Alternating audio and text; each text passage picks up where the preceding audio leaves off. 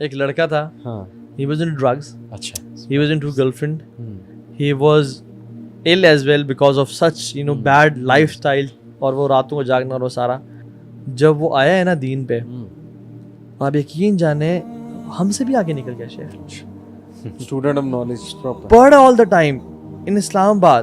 ہم آفس بعد میں آتے تھے, وہ ہمارے سے پہلے آفس میں, یعنی he was not working with us, لیکن آفس میں بکس کھولی ہوئی ہیں, پڑھ رہا ہے, علماء کے دروس میں جا رہا ہے, ان دا کمپنی آف اسکالرز, کرتے کرتے سعودی عرب چلا گیا, موبائل بیچ کے چھوٹا موبائل لے لیا, میرے پاس آیا تھوڑی دیر ملنے کے لیے, پھر چلا گیا.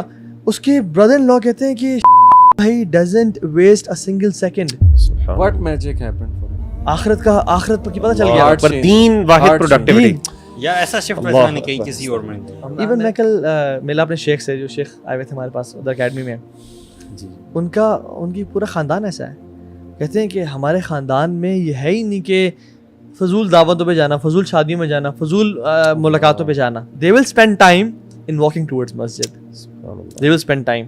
اصل میں جب انسان دیکھے نا, پتہ کیا بات ساری یہ ہے کہ اگر انسان کو کلیئرٹی ہو نا کہ یہ جو میں ٹائم جہاں گزار رہا ہوں, آلویز محاسبہ نفس, حاسبوا انفسکم قبل ان تحاسبوا, میں جو اس ٹائم کر رہا ہوں از اٹ پروڈکٹیو اور not. Ask your self every time when you're in salah and you have started salah, اگر آپ کو جلدی ہے نا کہ میں جلدی ختم کروں, میں کہیں جاؤں, then this means your priorities are not set in your life.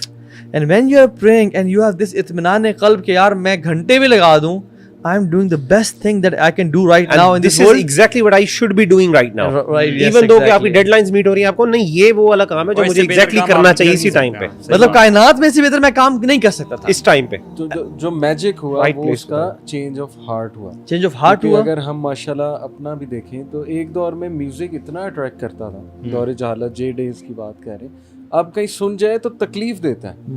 یہ ماشاءاللہ کیسے, میں خود حیران ہوتا ہوں کہ یار ہاؤ کم یہی سیم گانا مجھے جے ڈیز میں اتنا اٹریکٹ کرتا تھا, میں 10 بار سنتا تھا دن میں, ریپیٹ پہ لگایا ہوتا تھا, اب تکلیف دے رہا ہے. ابھی پہلے ٹائم ویسٹیج کا احساس ہی نہیں ہوتا تھا, اب بیٹھ کے کوئی آدھا گھنٹہ ویسٹ کہیں ہو جائے تو پتہ نہیں انگزائٹی سی اٹھنے لگ جاتی ہے, وہ فیئر آنے لگ جاتا ہے کہ کیا کر دیا, کیا کر دیا, واپس کیسے آئے گا, واپس کبھی نہیں آئے گا. پھر وہ اگر میرے ساتھ ہو سکتا ہے, آپ کے ساتھ ہو سکتا ہے, کسی بھی کامن ٹین ایجر ساتھ ہو سکتا ہے, بٹ چینج آف ہارٹ یہ اللہ کی طرف سے ہے, یہ عطائی چیز ہے. اللہ وہ کانشیسنیس, وہ شعور دے دیتا ہے.